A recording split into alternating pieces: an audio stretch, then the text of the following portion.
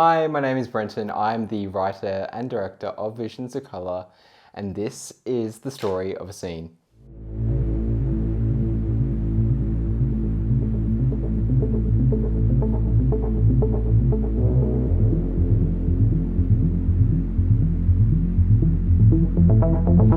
Blaze.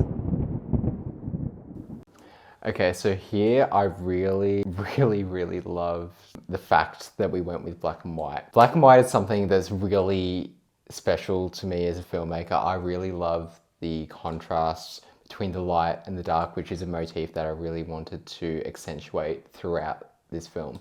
So black and white was really just a no-brainer for me, and it just looks simply fantastic in this scene. Where have you been? What's wrong? What's wrong? I'll tell you what's wrong. I ask you to do one thing, just one small thing, and you run away from it like you always do. Rebecca was absolutely phenomenal in this scene. She really brought out the character's frustrations, anger, that overall sense of disappointment in her son. What is he doing with his life? He should be doing what I've told him to do, you know. I really wanted to bring that parental aspect into this because it just really was the ribbon on top. And yeah, Rebecca killed it. She was absolutely amazing in this. This was unintentional, but the set design, that's basically everything in my study, and it really obviously reflected the character of Blaze. So I thought, why not keep all the film TV screenwriter signs and little plants and everything to give him that personality. But I also love how the natural light from the window also created this shadow on the wall. And it really brought out this idea that, you know, is Blaze's dreams of, you know, being a filmmaker or, you know, all those sort of things, is it concealing another darkness? Something to think about. Have you ever felt the power of darkness? Okay. I love this shot. The Dutch angle and the lines really brought out the whole cinematography here. The lighting, you know, creating that shadow from the natural light on Blaze's face really accentuated this idea of, yet again, light versus dark. We have both of that in us. Which one do we choose to align with? All of those sort of things. And I really loved the close-up, well, the extreme close-up of Rebecca as she leans down to grab the Shadow's hat. So yeah, I really love the leading lines and the cinematography, the lighting, creating this really engaging and quite traumatic scene overall. What are you doing? I never realised how powerful it is. But thanks to you, I understand it now.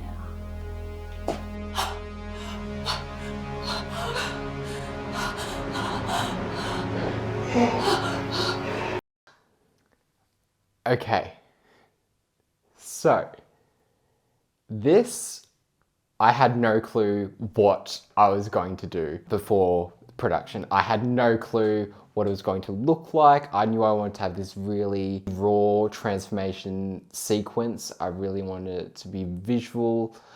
I didn't know how I was going to represent that on the screen. But that wasn't until I filmed it and I had the footage and going over it, the story and putting it all together in the edit, it really reminded me of a Doctor Who story. It truly did. And I thought, why not create the original howl-around effects like they did back in the 60s for the old Doctor Who intros? And I found a way to do it. It was original, it was old school, but this was what Visions of Colour was all about. The old and the new, bring that together. I got the laptop, put it on a photo booth and recorded the feedback loop from my PC monitor. That created all these colors and all these different shapes and everything. Really brought it home with this transformation sequence. I changed the colors to be obviously black and white. which was a surreal moment, being an absolute Whovian. Recreating the old HowlRound effect was mind-blowing, and I love the fact that it worked so perfectly well for Rebecca's transformation into the shadow. Well, the mum's transformation into the shadow.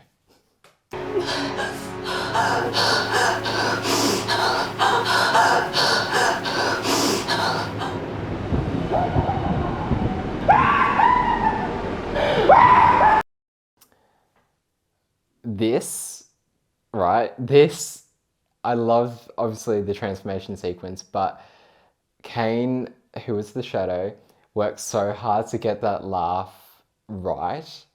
We did so many takes of it, and he honestly nailed it every time. But this one was the best because we originally filmed the vision transfer sequence in a tunnel, and we had so many issues that we had to reshoot it. But this actual laughter was from that tunnel.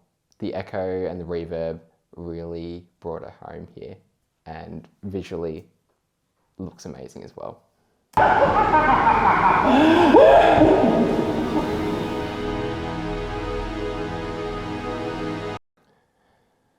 Okay, this shot right here is my favorite shot of all time. I don't know what came over me, but I remember zooming in slowly on Bailey's face, really capturing that raw emotion, but everything just worked. The light, the slow zoom, the eye movements of Bailey as Blaze, it was just, I don't know, something clicked, and I felt like, oh my God, this is it. This is the shot.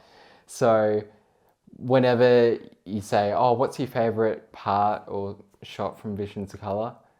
It's this. It's this. This is me.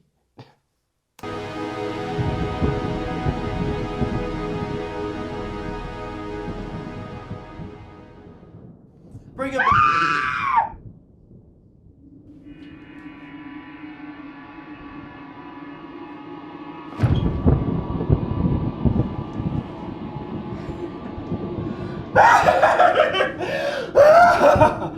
Oh, you silly boy. You think you've got this life all figured out, don't you? Well, the truth is, you don't. So let me show you what this life, this dark, pitiful life is really all about.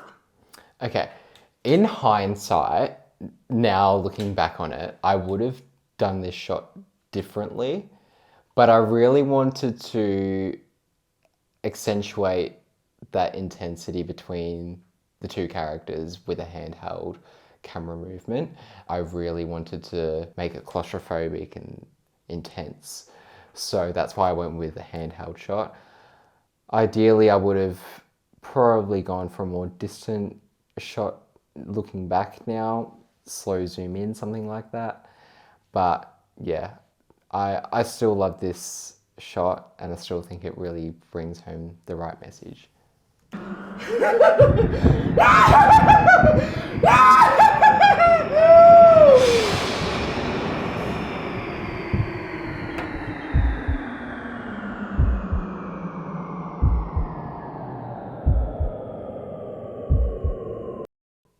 Okay, I really love the handheld camera use for this because I really wanted to hark back to Hitchcock.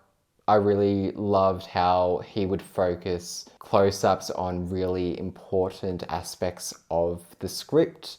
So I really wanted to replicate that in my own way here, obviously with the mark of darkness on Blaze's hand. The heartbeats slowly fading away, and that whirring going like almost like this fairground attraction.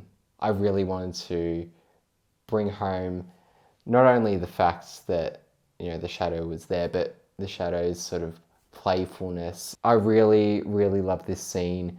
It really is my favorite scene out of the whole thing, and I really truly enjoyed making this, and we got it done quite quickly in a few hours, and it was the best experience. And I can't wait to make more.